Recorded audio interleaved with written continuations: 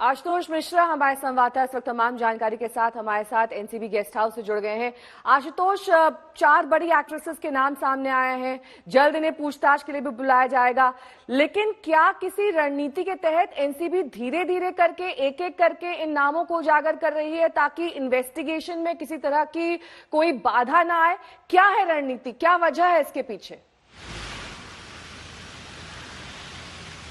नेहा, ये सारे जो नाम सामने आए हैं ये बेहद रसूख वाले हैं, पैसे वाले हैं, ए लिस्टर सेलिब्रिटी हैं, और जब आप इन तक पहुंच बनाते हैं तो आपका केस मजबूत होना चाहिए। और अगर इसको ऐसे समझना हो तो आप रिया केस को समझ लीजिए कि कैसे रिया तक एनसीबी का शिकंजा कसा। उन्होंने पेडलर्स को पकड़ा, ये एस्टेब्लिश किया केस में कि पेडलर्स के जरिए ड्रग्स कैसे इन सितारों तक पहुंचा। अभी तक तो जो जांच पड़ताल हो रही है उसमें व्हाट्सएप चैट है जो एक टेक्निकल एविडेंस है। फिर इनके बयानों को एनसीबी आधार बना रही है 67A के तहत, सीआरपीसी के तहत, कि एनडीपीएस एक्ट में ये जो बयान है ये कोर्ट में मान्य होते हैं, एडमिसिबल एक्ट हो जाएंगे। इसके बाद जिन पेडलर से धरपकड़ हुई है उनके बयानों के आधार पर सम्मन भेजा जाएगा और तमाम जो बयान हैं उनमें यह भी देखा जाएगा कि क्या ये सिर्फ प्रोक्योरमेंट है, क्या ये सिर्फ कंजम्पशन है या फिर फैसिलिटेशन है, यानी कमर्शियल यूज। कमर्शियल यूज में धारा 27A लग जाती है जिसकी वजह से ये 10 साल सजा वाले प्रावधान के कानून है जिसमें जमानत तक मिलनी मुश्किल हो जाती है। ये नाम तमाम अब कड़ियां जोड़ रही हैं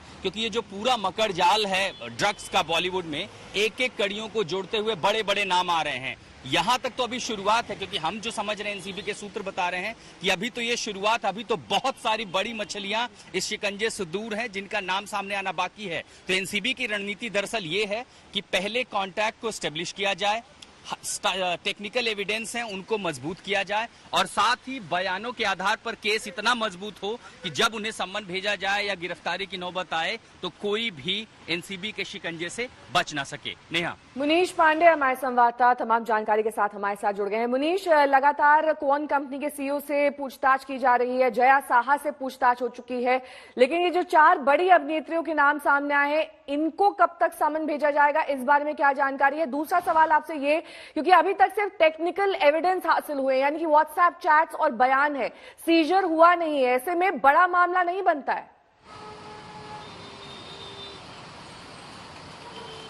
जी देखिए नेहा, इसमें 2 चीजें हैं। सबसे पहले तो आपने जो सवाल पूछा कि इन अभिनेत्रियों को कब समन किया जाएगा, देखिए सबसे पहले जो सबसे बड़ा रोल आया है वो कौन इंटरनेशनल का है। सुशांत मामले की जब जांच शुरू हुई तो पता चला कि जया शाह ने रिया चक्रवर्ती को सीबीडी ऑयल के बारे में बात की थी, लेकिन जब आगे की पड़ताल एनसीबी ने शुरू की तो पता चला कि ये तो भले से ही टैलेंट मैनेजमेंट कंपनी हो लेकिन ड्रग मैनेजमेंट का काम भी ये कर रही थी। बहुत सारी अभिनेत्रियां हैं जिनको ये ड्रग्स भी मुहैया कराते थे।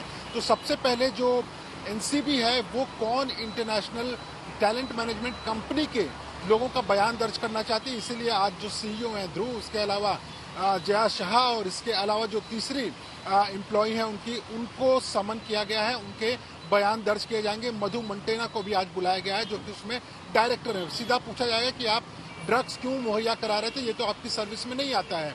दूसरा इसमें जो आपने सवाल पूछा है कि भले से ये इलेक्ट्रॉनिक एविडेंस हो, लेकिन देखिए शुरुआती दौर की जांच में किसी को गिरफ्तार करने के लिए बहुत ज्यादा महत्वपूर्ण हो जाता है क्योंकि ये एक ऐसे चैट है जिसको आप झुठला नहीं पाएंगे, आप ही के फोन से ये रिकवर हुआ है। तो कहीं ना कहीं शुरुआती दौर में ये बात साफ हो जाती है कि ड्रग्स को लेकर बातचीत हुई थी। नमस्कार, मैं हूं अंजना ओम कश्यप। हमें उम्मीद है ये वीडियो आपको पसंद आया होगा।